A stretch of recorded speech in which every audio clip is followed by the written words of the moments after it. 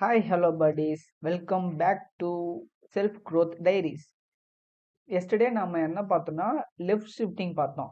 ஒரு அரேல வந்து எலமெண்ட்ஸை எப்படி லெஃப்ட் ஷிஃப்ட் பண்ணலாம் அப்படின்றத பார்த்தோம். ஸோ இன்னைக்கு வந்து ரைட் ஷிஃப்ட் பற்றி பார்ப்போம். ஸோ வாங்க அப்படியே கோடுக்குள்ளே போயிடலாம் ரொம்ப நேரம் பேசாம.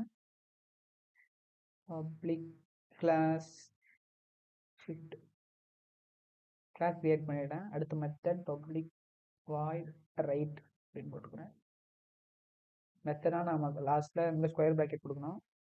அடுத்து இப்போ தான் நம்ம கோட் பண்ண போகிறோம். ஸோ நம்மளோட அரே என்னன்னு பார்த்தீங்கன்னா ஸ்ட்ரிங் நேம் ஈக்குவல் டு நேற்று போல் ஏபிசி வச்சுக்கலாம். அதுதான் வந்து ஈஸி இப்படி வைக்க. Okay ABCD.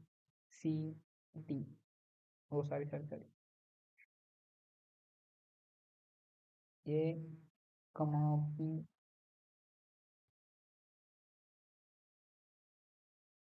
Comma C comma D. Okay array create பண்ணியாச்சு. இப்போ வந்து நான் ஃபார் லூப் கிரியேட் பண்ணிடுறேன்.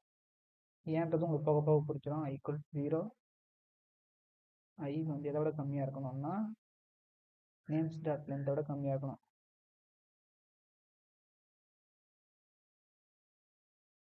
அப்படின்னு சொல்லிட்டு ஐ ப்ளஸ் ப்ளஸ் இன்க்ரிமெண்டேஷன். இப்போ இந்த ஃபார் லூப்புள்ள என்ன பண்ண போகிறோன்னா ஸோ நாம் இதை தான் நம்ம லெஃப்ட் ஷிஃப்ட்டுக்கு யூஸ் பண்ணோம் இந்த ஃபார் லூப்னா. ஆனால் நம்ம ரைட் ஷிஃப்ட்டுக்கு வந்து மாற்றி யூஸ் பண்ணணும். ஏன்னா ரைட் ஷிஃப்ட் வந்து எப்படின்னா நம்ம லாஸ்ட்ல இருந்து முன்னாடி போயிட்டே இருக்கணும். இப்போ லாஸ்ட் எலமெண்ட் வந்து ஃபர்ஸ்ட்டுக்கு வந்துச்சுன்னா மொத்தமே ரைட் ஷிஃப்ட் போன மாதிரி தானே கணக்கு.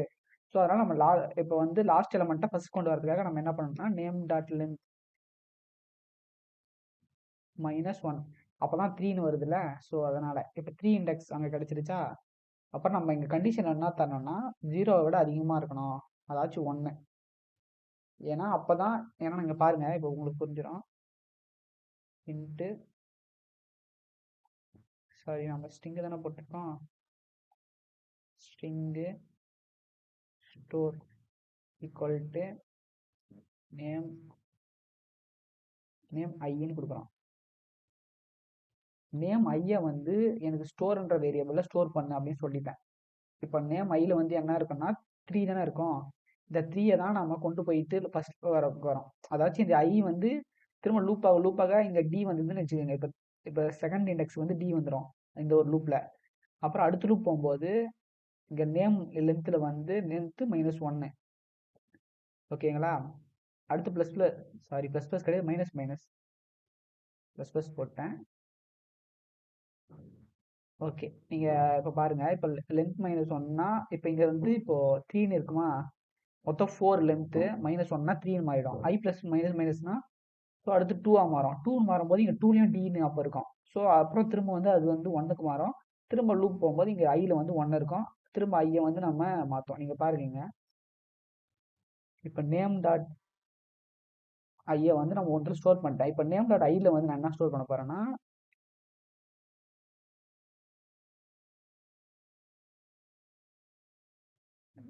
நேம் ஐ -1 ஸ்டோர் பண்ண போகிறேன். அதாவது இப்போ ஐ வந்து என்னதுன்னா டி. இப்போ இந்த டி இடத்துல ஐ -1 நீ ஸ்டோர் பண்ணு, இந்த சியை வந்து டியில் ஸ்டோர் பண்ணு அப்படின்னு சொல்லிட்டேன். அதுதான் இங்கே.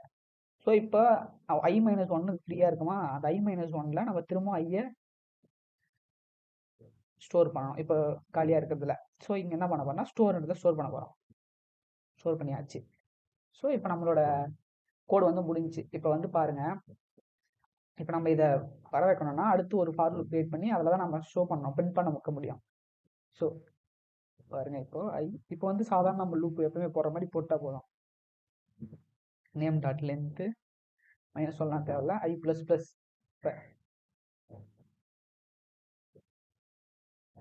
ஓகேங்களா. இப்போ வந்து system dot out dot print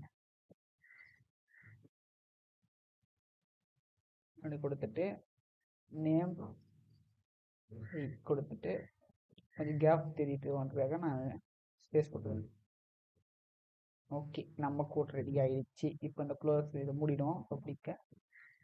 public static void main create பண்ணிட்டு இப்போ வந்து நம்ம ஸ்ட்ரிங்கு ஆர்கியூஸ்.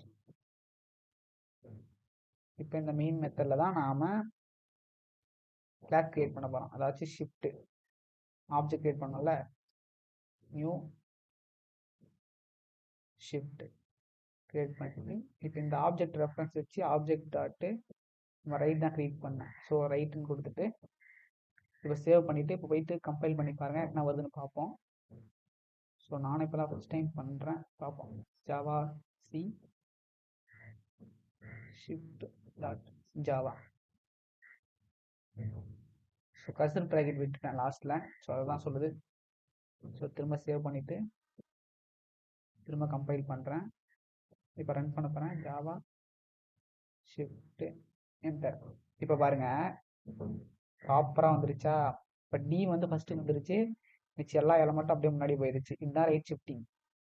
இப்போ உங்களுக்கு ஓரளவுக்கு ஐடியா தெரிஞ்சுக்கணும்னு நினைக்கிறேன். இப்போ டி வந்து லாஸ்ட்டு போனதுனால இப்போ முன்னாடி ஏ வந்து ரெண்டாவது இடத்துக்கு, பி வந்து அடுத்துக்கு, சி வந்து லாஸ்ட்டுக்கு போயிடுச்சு. ஸோ இதுதான் ரைட் ஷிஃப்ட். ஒன்று ஒவ்வொரு எலமெண்ட்டும் ரைட் ஷிஃப்ட் ஆகிட்டே இருக்கா. ஸோ இதுதான் ரைட் ஷிஃப்டிங். ஸோ ஓகே மக்களே, இது உங்களுக்கு புரிஞ்சிருக்குன்னு நினைக்கிறேன். அடுத்த ஒரு வீடியோவில் உங்களை பார்க்குறேன். அது வரையும் பை பாய்.